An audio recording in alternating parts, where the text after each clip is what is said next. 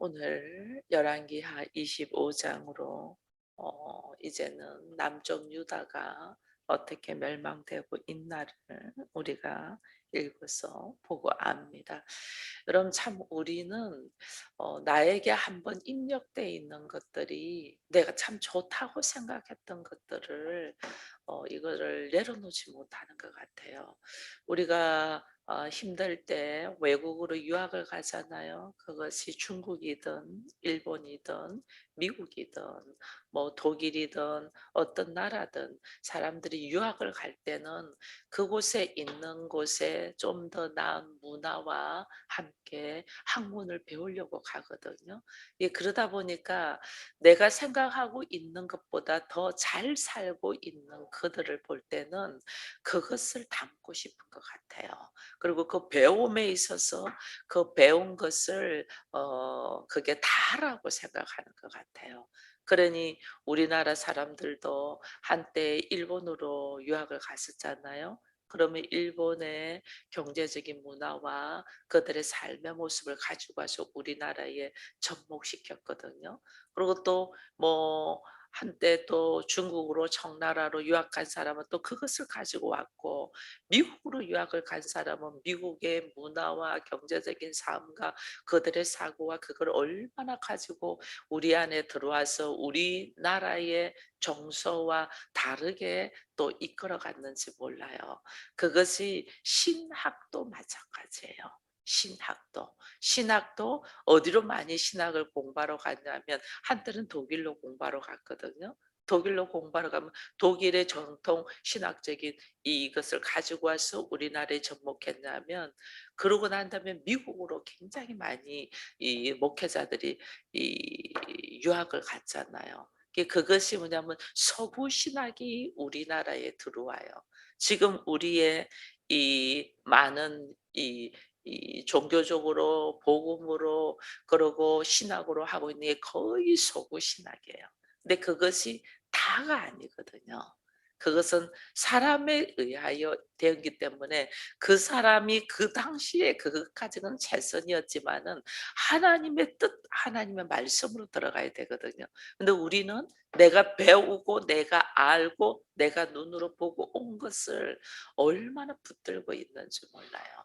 이 이스라엘 백성들이, 여러분 이스라엘 백성들이 430년 동안 애굽에 종으로 가 있었어요. 근데 몸은 종으로 갔지만은 그들이 430년 동안에 뼛속까지 배우는 것이 애굽의 문화예요. 애굽의 문화. 그 애굽의 문화를 볼 때 자기들은 힘든데 그들은 너무 잘 살잖아요. 그러니까 그들의 삶에 동경을 하고 그들의 삶을 얼마나 사모했는지 몰라요. 그것을 지금 애굽에 갔다 오고 모세를 통하여 나오고, 그다음에 이들이 지금 역대 왕들을 통하여 엄청난 시간이 흘렀는데도 이들은 애굽을 떠나지 못하고 있는 것들을 보게 돼요. 이거 얼마나 자기 머릿속에 끝까지, 내가 하나님은 애굽에서 종되었던 것을 놓아서 자유인, 즉 하나님의 나라를 이루어가고 하나님의 백성으로 삶을 살고 하나님의 백성으로서 하나님의 나라로서 살아가면서 다른 사람들에게, 다른 이 지역에 하나님의 나라, 하나님을 선포하면 하나님의 나라를 이루어가야 되는데, 이들은 얼마나 애굽을 동경했든지 이 역대 왕들이 애굽을 의지하고 있잖아요. 그 애굽을 의지하는 것 때문에 하나님께서 오늘 이스라엘 백성들이 말씀을 의지하지 않냐고 애굽을 의지하는 것 때문에 지금 이스라엘, 북쪽 이스라엘도 멸망했고 남쪽 유다도 지금 마지막 왕 시드기야까지 왕 거예요. 오늘 마지막의 모습이 얼마나 비참한지, 시드기야를 이 바벨론에 잡아가서 그 시드기야가 보는 앞에서 그 아들들을 다 죽여요. 실제로 보니까 그 아들을 다 죽이고, 그다음에 시드기야의 두 눈을 빼서 노사스를 그를 결박하여 바벨론으로 끌고 가잖아요. 한 나라의 왕이, 그것도 하나님의 백성의 왕이, 그 앞에서 자녀들 후손을 다 죽여버린다는 거는 그에겐 소망이 없는 거잖아요. 특별히 유대인들에겐 더 그렇잖아요. 후손을 다 죽여버리고 그리고 이제는 세상을 보지 못하도록 두 눈을 빼고 쇠사슬에 묶여서 끌려간다는 거는 짐승과 같이 끌고 간다는 거죠. 한 나라의 왕이 처절할 만큼 지금 이제는 바닥으로 떨어져 있는 이 모습. 그러고 이제 8절 이후에는 그 왕과 그는 사람들만 데리고 간 게 아니라 이 나라를 완전 쑥대밭을 만드는 것을 바벨론 왕이 그의 주의대장을 통하여 예루살렘에 와서 모든 성전과 왕궁을 다 불태워 버리고 성벽을 헐어 버리고 무리들을 사로잡아 가고 오히려 12절에 보니까 그 땅에 비천한 자를 남겨두어 포도원을 다스리는 농부가 되게 하고 비천한 자에게 내버려 둬도 뭐 할 수도 모르는 사람들. 이게 농사 지으라면 농사만 짓지 먹고 살기 위해서 자기 앞에 급급하여 살 사람들 머리를 털어서 뭔가를 새롭게 이룰 수 있는 그런 사람들은 다 잡아간 거예요. 비천한 사람들만 남겨둬서 땅을 갈게 하는 농부로만 할 뿐이지 갈대아 사람들이 바벨론 사람들이잖아요. 바벨론 사람들이 여호와의 성전에 둔 녹기둥 받침 성전에 있는 모든 것을 깨뜨려서 바벨론으로 가져갔다. 심지어 뭐 녹걸은 뭐 할 것 없이 16절에 보면 솔로몬이 여호와의 성전을 위하여 만든 두 기둥과 한 바다와 받침을 가져갔는데 이 모든 기구의 논무게를 헤아릴 수 없다. 솔로몬이 역대 왕들이 하나님의 성전을 만들며 엄청난 세월을 투자하고 물질을 투자해서 만들어 난 것들이 아무것도 아니야. 다 빼앗겨가. 인간이 쌓아난 바벨탑은 돌 안에 돌 위에 남지 않냐고 전부 다 무너져 버린 이 모습을 지금 우리는 열왕기하 25장에서 보는 거예요. 이 참 말할 수 없이 어리석은 모습들을 보는 거예요. 왜 이렇게까지 됐을까? 왜 이렇게까지 됐을까? 여러분 하나님은 이스라엘 백성들을 부른 게 하나님의 언약의 아브라함 때부터 하나님의 언약이잖아요.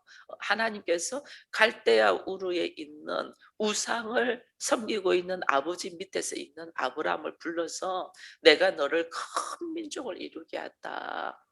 나는 너의 하나님 되고 너희는 나의 백성이 되어서 하나님의 나라를 이루자고 약속을 했잖아요. 그래서 약속을 하고 너희는 오직 이 계명을 지켜 행하면 너희가 어디를 가든지 형통하게 될 것이고 심지어 신명기에 보면요 너희가 나를 사랑하고 내 계명을 지켜 행하면 이 언약을 지켜 행하면서 이 언약을 이행하면 너희 자손 천대까지 내가 인애를 베풀 거다 이렇게 했거든요. 그러니까 이 말씀에 의하여 걸어가는 사람이라는 걸 딱 이야기해 주는데 이스라엘 백성들은 이 언약을 지키지 않냐고 우리 요시아 때 이야기했잖아요.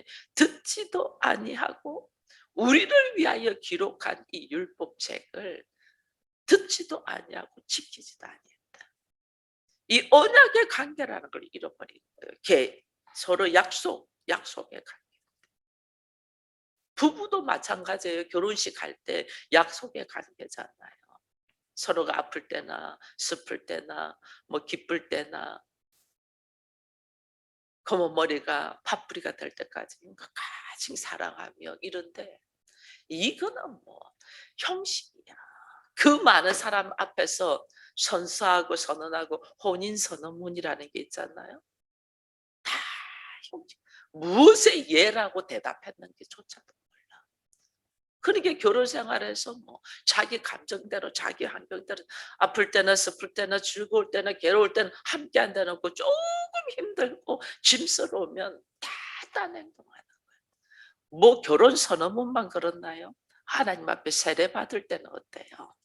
세례 선언했잖아요. 하나님 앞에 선언했잖아요.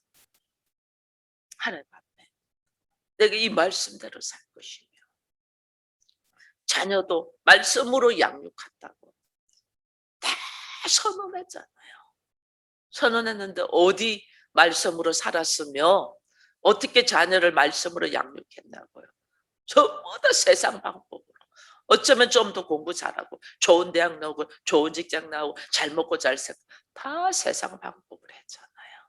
근데 우리는 그것이 죄인 것을 생각조차도 안 하는 거죠. 내가 하나님 앞에 많은 사람들 앞에 선언하고 선포하고 약속을 했는데 그 약속한 것을 까마득하게 잃어버리는 거예요. 그 얼마나 약속한 것을 까마득하게 잃어버린 게 하나님은 역대 선지자들을 계속 불러다가 이야기를 하잖아요. 선지자들을. 여러분 이 시대에는 예레미야 선지자입니다. 물론 역대 선지자들은 예레미야 선지자가 미리 다 예언하거든요. 애굽에 의지하지 말고 조상 대대로 말씀에 의지하지 않아서 하나님의 바벨론을 들어서 쓸 것이다. 그 바벨론에 순종하라 그랬거든요. 근데 오히려 여러분 예레미야 선지자 죽이려고 하죠. 죽이잖아요. 저게 바벨론에 순종하라 한다고. 들을 기가 없으니까 충심을 다해서 이야기하는데도 오히려 그게 듣기 싫어서 죽이려고 하죠. 이게 오늘 우리들의 모습인 거예요. 미련할 만큼 안 한 거예요. 고린도후서에 보면 이런 말씀이 있습니다. 이 하나님의 약속의 말씀은 얼마든지 그리스도 안에서 예가 되나니 예, 네, 명 받들겠습니다. 그로 말미암아 우리가 아멘으로 화답할 때 하나님이 영광을 받는다고 그렇게 했거든요. 왜냐하면 하나님이 나의 아버지라는 것을 예수님이 우리에게 알게 해주셨지만은 나의 아버지이시면서 나의 창조주 나는 피조물이잖아요. 피조물이 창조주를 아버지로 섬기면서 섬기는 것이 아니죠. 그 사랑 안에 거하는 거죠. 오히려 누가 섬겨요? 아버지 대신 하나님이 우리를 섬기죠. 그리고 우리는 그 안에 하나님께서 말씀하시면 예가 돼. 그리스도 안에서 모든 말씀이 예가 된다는 거죠. 네, 알겠습니다. 저희가 그렇게 명받들겠습니다. 임금들 앞에서 신하들이 그러잖아요. 명받들겠습니다. 사약을 내 앞에 내려도 명받들고 그걸 들고 마시잖아요. 일반적인 이 인간적인 임금 앞에서도. 근데 우리는 하나님이 창조주라는 것을 우리가 알고 내가 피조물이고 그 피조물로서 하나님의 자녀가 됐다는 걸 알면서도 하나님의 말씀에 대하여 길을 막아버리는 거예요. 창조주라고 인정을 하죠. 명받들겠습니다.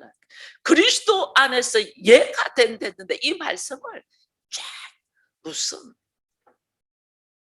요즘 21세기의 이 성경 말씀이 가당치나 하냐고 그렇게 우리는 하잖아요. 이게 전혀 하나님의 말씀에 대한 인식이 없고 내가 예수를 하나님의 아들이고 그리스도라는 이 믿음의 고백이 있냐는 거예요. 이 믿음의 고백이 있으면 어떤 상황에서도 내가 다른 거는 몰라. 내가 다른 거는 세상을 어떻게 살아가고 세상을 어떻게 사는 것이 잘 사는 건 모르지만은 하나님께서 우리를 위하여 이 말씀을 기록해 놨은즉 이 말씀에 의지하여 내가 한 걸음씩 걸어가 보자. 말씀에 의지하여 한번 가보자. 이러면서 이 말씀 안으로 들어오고 그리스도 안에서 예가 되어 그 예를 이루어 가야 되는데 이게 예수 믿고 하나님을 통해서 모든 좋은 것이 오는 걸 알고 그분 앞에 기도하여 모든 좋은 것을 내가 누리고자 하면서도 이 말씀을 가마닥에 던져버리는 거예요. 이게 오늘 이스라엘 백성들의 어리석음이요 오늘날 우리의 어리석음이라는 거예요. 예수가 말씀이 육신이 되어 우리 가운데 오셨다는 걸 우리는 다 믿잖아요. 그죠? 말씀이 육신이 되어 우리 가운데 오셨다는 걸 믿으면서도 말씀은 하나님 음성 한번 듣고 싶습니다. 어떤 분이 제가 복음을 전하는데 그러더라고요. 구약 시대 때처럼 하나님이 직접 오셔서 말씀하시면 제가 어떤 말씀도 들을 건데 왜 지금은 말씀하지 않느냐고 그러더라고요. 지금 말씀하지 않 기록된 말씀. 예수님께서 하신 것이 모든 것이 기록된 말씀을 응하기 위함이다. 하나님의 말씀이 기록되어 있어서 우리한테 응하라고 행동하라고 반응하라고 하는데 이것은 딱 덮어버리고 내 귀에다가 말해주는 음성만 들으려고 내 귀에다가 말해주는 것은 사단의 소리를 더 많이 들어요. 왜? 내 귀에서 우리가 똑같이 여기서 말씀이 선포돼도 다 자기식으로 받아들이잖아요. 자기식으로 받아들이는 이유는 뭐냐면 내 안에 생각하고 있는 내 상황에 맞게 말씀을 다 받아들이는 거예요. 그러니 내 안에 내가 이걸 받아들이기 때문에 얼마나 우리는 사단의 유혹에 넘어갈 수 있는지 몰라요. 그래서 나에게 말씀하시는 것이 그래서 제가 성령은 소리인데 강한 바람 소리 같았잖아요. 그 소리인데 그 소리가 나한테 하나의 의미가 되려면 어떤 것이 없는데 나의 형편과 저지로 내가 듣기 때문에 의미가 되는 거예요. 내가 힘들고 어렵고 너무 어려우면 수많은 소리 중에서 내가 딱 꽂히는 소리가 있단 말이에요. 그게 뭐냐? 나의 형편과 처지, 내 입장에 맞춰서 듣는 거예요.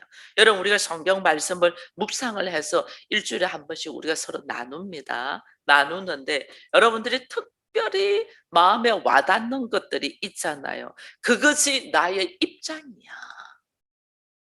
내 입장에 그 말씀이 와닿는 거예요. 내 입장에. 내 상황에 맞게 그것이 탁 와닿는 거예요. 내가 너무 힘들고 지쳐 있으면 수고하고 무거운 짐자들아 다 내게로 오라는 말이 쫙 들어오는 거예요. 내가 인간관계 속에서 막 힘들고 있으면 내가 어떻게 할 줄 모르면 주께서 하신 말씀 중에 주께서 내가 죄인 되었을 때에 나를 위하여 죽으심으로 사랑을 확증한 것처럼 나도 저들이 죄인 된 모습일 때 받아들 이런 것들이 탁탁 들어온단 말이에요. 자기 상황과 자기의 형편에 따라서 이 말씀을 받아 먹을 수밖에 없는 우리들이란 말이에요. 그러니 이 강한 바람 같은 소리가 쫙 들을 때 나한테 그것이 의미를 쫙 닫고 꽂히는 것이 전부 다 내 상황이에요. 저는 죽어가는 중에 있으니 죽어가는 중에 하나님 앞에 무릎을 꿇으선서 주의 음성 속에 두려워하지 말라는 목소리가 딱 들어오는 거예요. 두려워하지 말라. 따라 두려워하지 말라. 죽음 앞에 있은저 따라 두려워하지 말라. 이 소리가 그렇게 와닿는지 몰라요. 따라 두려워하지 말라. 나는 지금 막 죽음 앞에서도 두려움도 있고 지금 뭔가가 소리가 나는 것도 두렵고 모든 것이 두려운 상황인데 두려워하지 말라. 나 여호와가 말하노니. 내가 누구인가를 딱 밝히시는 거예요. 하나님이. 나 여호와가 말하노니 누구십니까? 내가 여호와다. 너의 하나님이다. 그러고 나니까 그의 음성에 귀를 기울이기 시작합니다. 나의 상황과 형편에 따라서 하나님의 음성이 들어오는 거예요. 그 소리가. 그래서 내가 어떤 위치에 있을 때 주의 음성을 가장 절실하게 진실하게 정확하게 듣냐. 내가 잘 나가고 있을 때가 아니에요.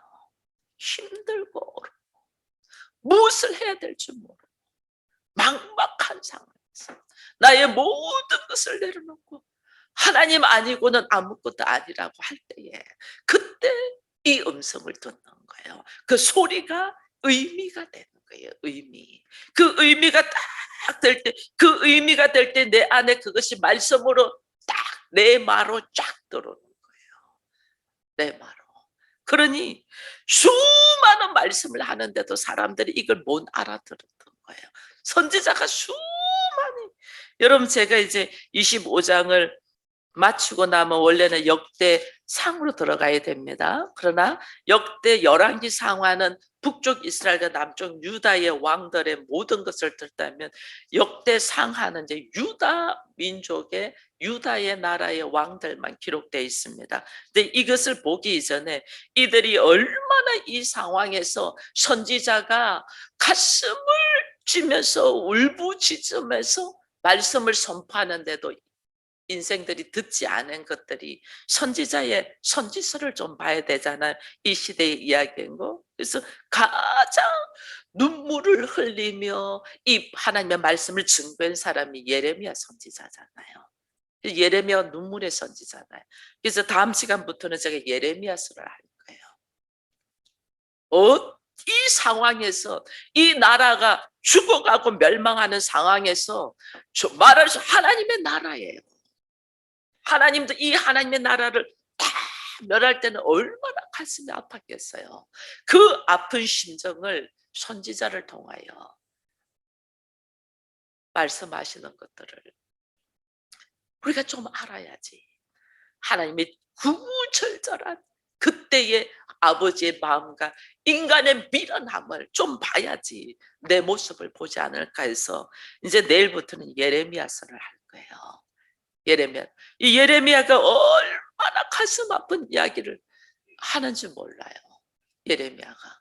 이 예레미야의 이 고백 속에서 인생들은 들을 기회가 듣지를 않아요. 그들이 율법의 말씀을. 예레미야서 한 군데만 보면요. 2장 13절에 보면 이런 말씀이 있어요. 예레미야서 2장 13절. 내 백성이 두 가지 악을 행하였나니 곧 그들이 생수의 근원되는 나를 버린 것. 스스로 웅덩이를 판 것인데 그것은 그 물을 가두지 못하는 터진 웅덩이다. 두 가지 악. 하나는 생명의 근원 대신 하나님을 버리고 또 하나는 자기 스스로 살려고 웅덩이를 팠는데 그 웅덩이는 물을 가두지 못하는 터진 웅덩이.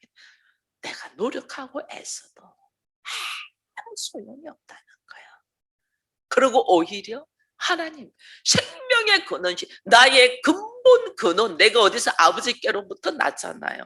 여러분 우리가 육체도 하나님이 흙으로 지어서 우리에게 생기를 내서 우리의 육체가 만들어졌잖아요. 그 창조를 우리가 믿잖아요. 그죠? 근데 그 몸이 아담을 통해서 죄를 지어 하나님을 버리고 하나님의 생기, 생명, 숨을 버리고 자기 생각으로 육적인 짐승의 본능으로 살잖아요. 이걸 불쌍히 여기셔서 하나님이 다시 우리를 재창조하셔요. 재창조하신 것이 뭐냐면 예수 그리스도를 통하여 우리를 다시 지어요. 이 육체를 다시. 그래서 나는 어디께는 혈통으로 난 육정으로 난 것이 아니고 하나님께로부터 난 자라고 요한복음에 이야기했잖아요. 그죠? 우리가 혈통, 내 아버지, 우리 지금 혈통을 찾아가고 있어. 아버지, 할아버지, 형제. 그걸로 난 자가 하나님이 깨로부터 예수 그리스도부터 새로운 생명을 얻은 자. 나의 근원이 어디예요? 하나님이잖아요. 나의 생명의 근원이 하나님이잖아요. 근데 그거를 버리고 인간이 그걸 버리고 자기가 웅덩이를 파. 그러니까 인간적으로 수의 모든 것이 터진 웅덩이라 아무 소용, 물을 담을 수 없다. 아무 소용없잖아. 왜? 우리가 다 죽잖아요.